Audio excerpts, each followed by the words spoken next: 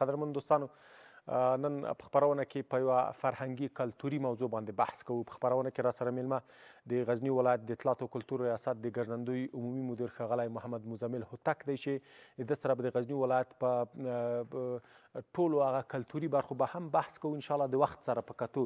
او د دې ترڅنګ دوستانو تاسو بلدلي د وروستیو کې په غزني ولایت ته د ګرځندویانو شمیر هم زښته زیات شوی دی. ډیری بهرانیان کسانو ورځي او غزني ولایت ګوري. غزني ولایت خو یو تاریخي ولایت دی چې زما د خوښې ولایت دی. همیش زه غزني ته څم یو احساس بیل کومه، ځکه د غزني ولایت اوس هم هغه تاریخي آبادات چې دي، هغه تاریخي سیمې دي، په هماغه پخوانۍ خړې پړې ولاړې دي او چې ته یو عجیب انځور ورکوي. نو سیلانیان هم ډېر کوښښ کوي چې غزني ولایت ته لاړ شي. د دې ترڅنګ دوستانو ښاغلي محمد مزمل هوتک څو کتابونه هم لیکلي دي چې تازه یو نوی د چاپ راوتلی چې وروسته بیا تاسو سره په دې کتاب بحث ورسره کوو. نو دلته ښه راغلاست وایم، همدا اوس زموږ سره په سټوډیو کې دی. ډېره مننه چې زموږ بلنه منلې. هوتک صاحب سلام، شپه بخیر راغلی خپرونه. کور ودان خیري سي کمال صاحب، تاسو ستړي مه شئ. ډېره مننه کوم. هوتک صاحب لومړی به چې تاسو د فعالیتونو نه راپیل کړو. تاسو د غزني ولایت د اطلاعات او کلتور وزارت د ګرځندوی عمومي مدیر یاستئ. په غزني ولایت کې د ګرځندوی سیستم څنګه دی؟ څومره خلک درځي؟ وضعیت څنګه دی؟ څومره خوشحاله یې په غزني کې؟ والله کمال صاحب، خبره خو داسې ده چې ټول افغانستان ښایسته دی، تاریخي هیواد لرو، نیکمرغه هیواد لرو. الله پاک یې د نورم را جوړ کړي. د افغانستان اسلامي امارت چې کله واک ته رسېدلی دی په 1400 لمریز کال کې موږ تقریبا 20 کسه بهرني سیلانیان درلودل چې د اسد په میاشت کې، د اسد میاشت نه وروسته دی راغلل.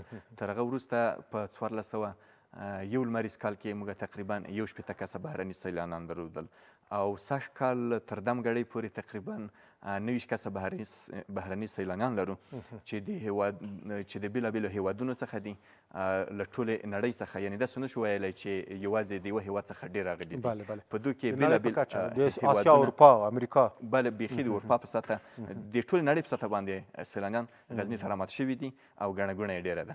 غزني کې تاسو د ګرځندوی مدیر یې، تاسو دوی سره بیا مرسته څنګه کوئ؟ کوم ځای ته یې بیایئ؟ منارونو ته یې بیایئ؟ مثال بعد غزني نور غزني ولایت هر طرف ته شته یوه تاریخي آباده شته ده، څنګه دغه سیستم ورته جوړوئ؟ د ګرځېدو سیستم خو داسې دی، دلته په اطلاعات فرهنګ وزارت کې موږ د افغان تور تصدي لرو، دولتي تصدي ده.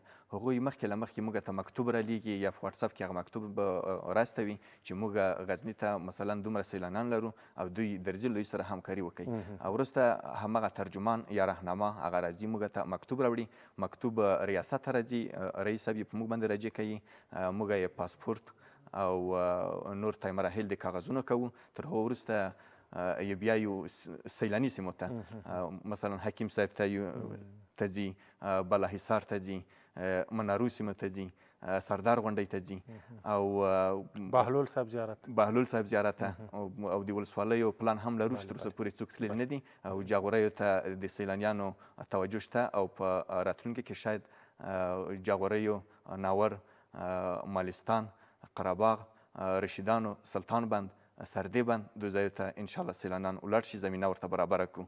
بله برخه د هوټلونو ده، هلته هوټل لرو، 8 هوټل دي چې موږ سره ثبت دي او دوی په غزني ښار کې دي. هغوی هر څه خدمات لري او موږ چې یوازې له کوم کمي سره مخ یو هغه ترانسپورتیشن دی چې تر اوسه پورې هغه شی نه لرو. اطلاعات او کلتور ریاست په غزني کې او د ښاري ترانسپورتیشن څخه کار اخلو. واقعیت هم چې غزني ولایت یعنې مخکې تاسو یادونه وکړه چې هېواد ټول ښکلی، په دې کې شک نشته، خو غزني یو تاریخي ولایت دی، دا باید په درد هېرولو نه ده. نو موږ نور ولایتونه هم لرو چې هلته ګرځندویان زړه نه ښه کوي، نه ورځي او نه دومره تاریخي سیمې پکې شته. مګر غزني ولایت یو ډېر تاریخي ولایت دی، هغلته باید تاسو هر څه مجهز وای، لکه ترانسپورتیشن یادونه تاسو وکړه، تاسو باید یو مجهز ترانسپورتیشن درلودلی په ښار دننه کې. د ښار بهر څخه تاسو یادونه وکړه چې ولسوالۍ ته هم ځینې سیلانیان زړه ښه کوي چې لاړ شي. تاسو باید دغه کیسې تاسو د اطلاعات او کلتور د وزیر سره شریکه کړي، که هیره دې نه وي خدای مې غلط نه کړي، تقریبا 2-3 ورځې مخکې وزیر صاحب هم جمعې په ورځ راغلی و. وزیر صاحب سره هم دا خبرې شریکې کړي دي، ګرځندوی ریاست سره هم شریک کړي دي، خو امکاناتو ته په کتو سره دوی په خپله هڅه کوي، کوشش کوي چې دغه شیان ټول اماده کړي ورته. ډېره مننه کوم. یوه مهم مسله دا ده چې یو خو بهرني سیلانیان چې غزني ته راځي، کورني څومره درځي؟ کورني سیلانیان د مثال د هېواد له نورو ولایتونو څخه څومره غزني ولایت درځي؟ کورني سیلانیان د موږ بیخي له حسابه وتلي دي. یوازې په کوچني اختر کې تقریبا موږ 8000 شاوخوا کورني سیلانیان درلودل چې هغه د ګاونډیو ولایاتو څخه پکتیا، پکتیکا او همداسې د زابل څخه، د لوی کندهار څخه، د میدان وردګو ولایت څخه، د بامیانو څخه یعنې د ټول افغانستان څخه راځي غزني ته سیلانیان. او د غزني یوه ګڼه دا ده چې دی مرکزي ولایت دی او په د کندهار کابل په لویه لار باندې پروت دی.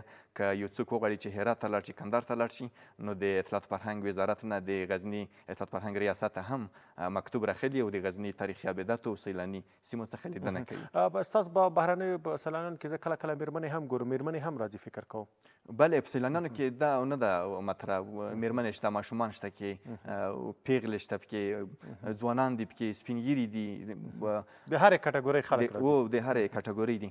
تېره اونۍ کې موږ د اسپانیا هېواد څخه تقریبا 11 کسه سیلانیان درلودل چې په هغو کې بیخي سپین ږیري راغلي وو، بیخي متقاعدین راغلي وو. ډېره مننه کوم. غزني ښار تقریبا یو 9-10 ورځې مخکې ما ولیدله، هلته پکې وګرځېدلم، چکر مې پکې ووهلې. د غزني ښار کې تاسو څه بدلون ګورئ؟ د غزني ښار د تاریخي ابدات لپاره د اطلاعات او کلتور ریاست هلته څه کړي دي؟ څه په پلان کې شته دي؟ څه باید وشي؟ اوتک صاحب، زه ما هغه ورځ یو خبر په سوشل میډیا کې واورېد، د غور کوم جام منار چې دی ته شاید د نړېدو سره مخ وي، ځکه هغه لاره ځای هم داسې دی چې 2 ځایه اوبه پرې راځي او د دې هغه بنسټیزه رغونه چې باید شوې وای نه ده شوې. په غزني ولایت کې موږ 2 منار نه لرو، دا خو به هم د خطر سره نه وي مخ؟ د دې د ساتلو لپاره څه پلان شته او که نه؟ تاسو ته بهتره معلومه ده، کله چې غزنی په 2014 کې د اسلامي هیوادونو پلازمینه وټاکل شوه، غزني کې زښته ډېر کار وشو. یعنی ډیری تاریخي ابدات یې ورغول. او د غزني تاریخي منارونه اوس الحمدلله بیخي هلته څه ستونزه نشته، مشکل نشته. د باران اوبه خو به نه ډنډېږي؟ نه، هلته هغه ځای ټول سیمټ شوی دی، هلته یې ډبرې کار کړي دي.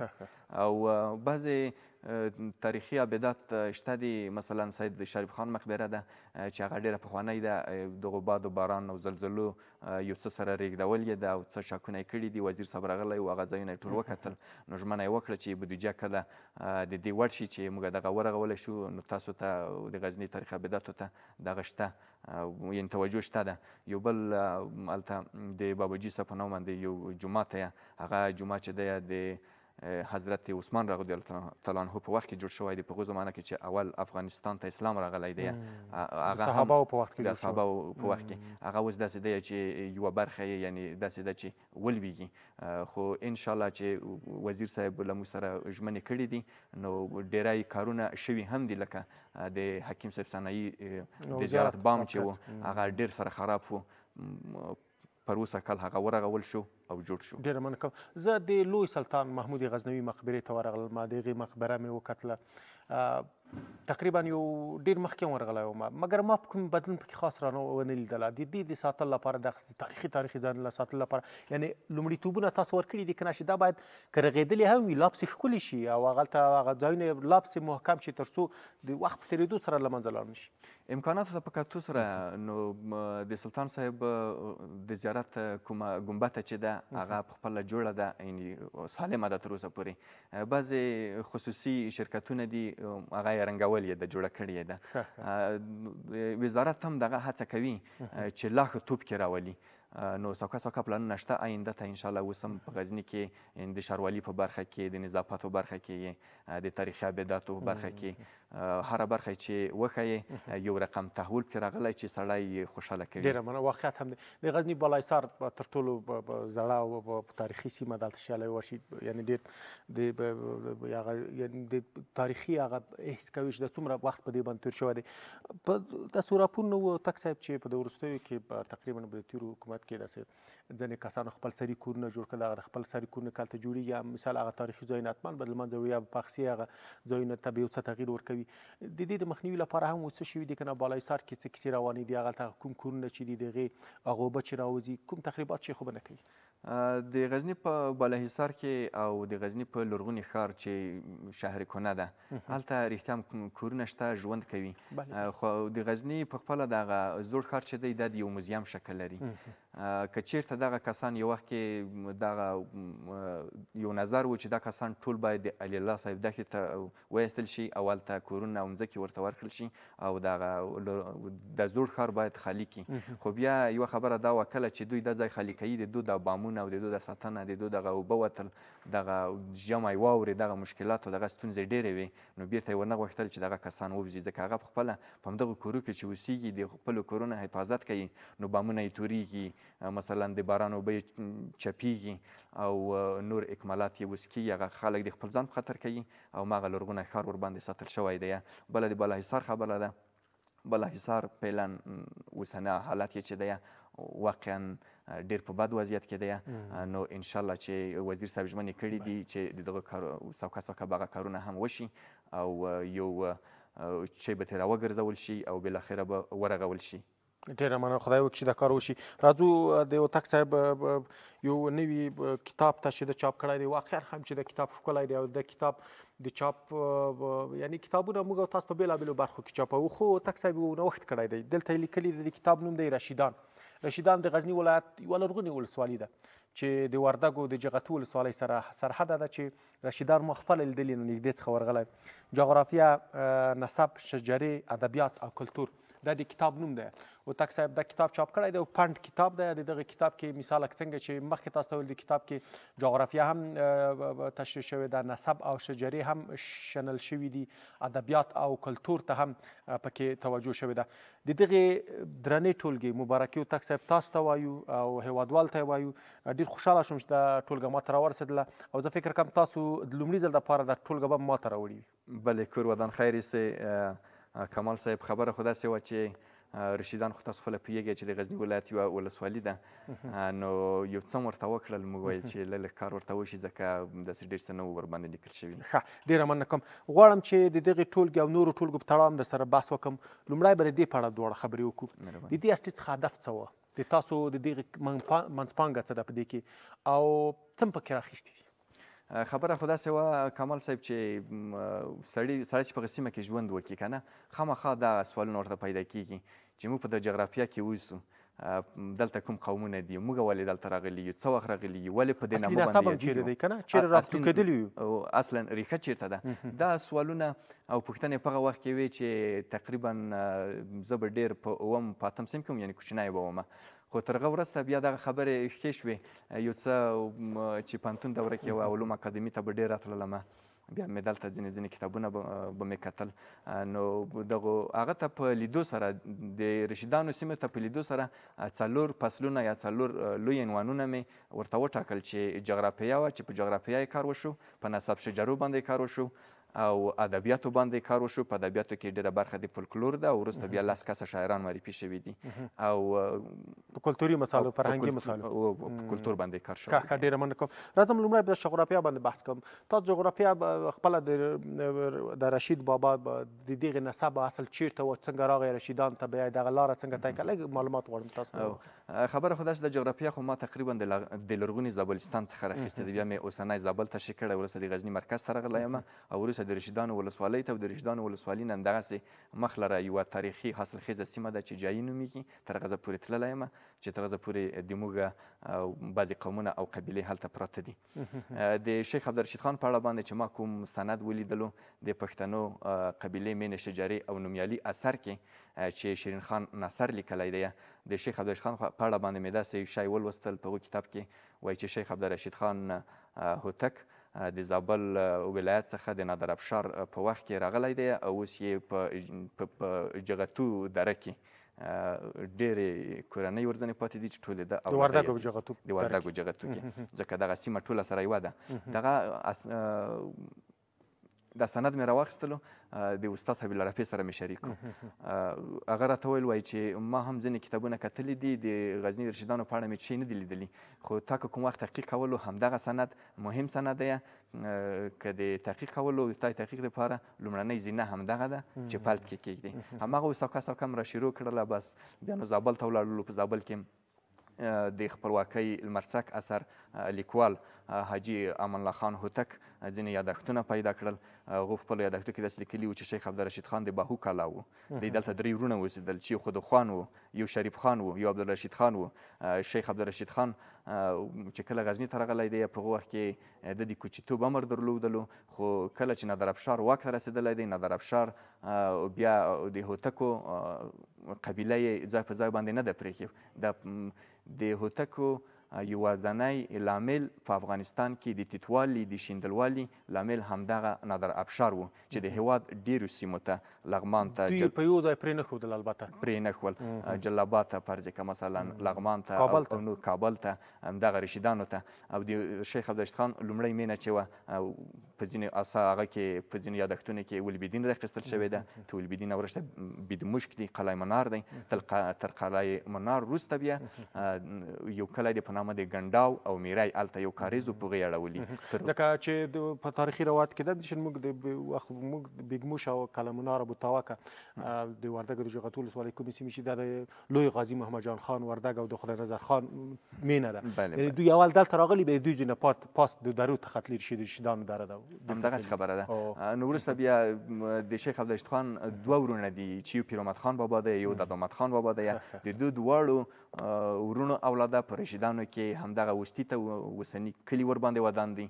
چې همدغو ته رشیدان هوتک بلل مننه کوم د رشیدان ښکلا په څه کې ده ولې دا رشید بابا راغلی رشیدانو ته مثال جغرافیه یې څنګه ده که لږ تشریح کړې اوبه تاسو هلته ډېرې لرئ غرونه دي څه دي چې دی هلته تللی هغه ځای اړولی هلته ژوند غوره کړی دی پسله خبره خو داسې ده چې پخپله شیخ عبدالرشید خان بابا یعنې ځینې اسناد او شواهد داسې ښیي چې دی د مجبوریت په اساس دلته راغلی ځکه نادر افشار دغه کورنۍ نه ده پرېښې دا داسې یو بسلا یو خوندي ځای دی خوندي ځای و یو خوندي ځای دی او بله خبره جغرافیې په اساس باندې جغرافیه هماغه جغرافیه او پخوا هم اوس هم ده یعنې د رشیدانو نه مخکې دلته مومند اوسېدلي دي په ټوله دره کې د جغتو په رشیدانو کې تر هغه وروسته بیا چنګیز چې کله راغلی دی دلته هغه خلک یې ایستلي دي بیا ځینې د هغو پاتې شوني دلته ځای په ځای شوي دي بیا د چنګیز نه وروسته بیا همدغه شیخ عبدالرشید خان دی چې دغه د دوو ورونو اولاده یې همدلته ژوند کوي او نور قومونه قبیلې هم مننه کوم یوه بله پوښتنه خدای وکړي چې شخصي ته لاړ نه شو خو بیا جغرافیې په تړاو باندې پوښتنه کوم د رشیدانو خو وروستی کلی د وردګو د جغتو سره کوم دی کوم سرحدي سیمه هلته تاسو لرئ او که نه نو دغه ده که ګډ دي سر په اصطلاح ګډ دي خیر دی څه چې معلوم دی هغه الیاس خیل او سلیمان ښار دی ښه سلیمان ښار د رشیدانو مربوط کیږي بله ښه دغه نه وروسته پسې د وردګو جغتو جغرافیه په اصطلاح اداري واحد شروع کیږي اداري واحد داسې دی چې د پاس مثلا دا شوي دي چې د رشیدانو بعضې کلي په جغتو کې پرته دي او د جغتو په رشیدانو کې پرته دي هغه لهجه او ژبه یې سره ګډه شوې ده که نه خبره همدغه ده ډېره واقعیت دی مننه کوم راځو دلته په ادبیاتو کلتور باندې خبرې کوو په رشیدانو کې څومره موږ د ادبیات برخه کې استادان لرو زه یادونه کوی شم زه غواړم چې مخکې له دې نه شته یادونه وکړې زه د پروفیسور ډاکټر عبدالخالق رشید یادونه کوی شم رشید صاحب چې په هندوستان کې د هر ځای کې چې وي که چېرې زموږ د خپرونه اوري ورته مینه او سلامونه وړاندې کوم د ده کارونه د قدر وړ دي په ځانګړې توګه د لوی اتل غازي محمد جان خان په تړاو چې د کوم څېړنې کړې دي کوم کتابونه لیکلي واقعا چې د قدر وړ دي یو خو د دغې سیمې هغه په اصطلاح لوی استاد رشید صاحب دی که نور معلومات هم راکړي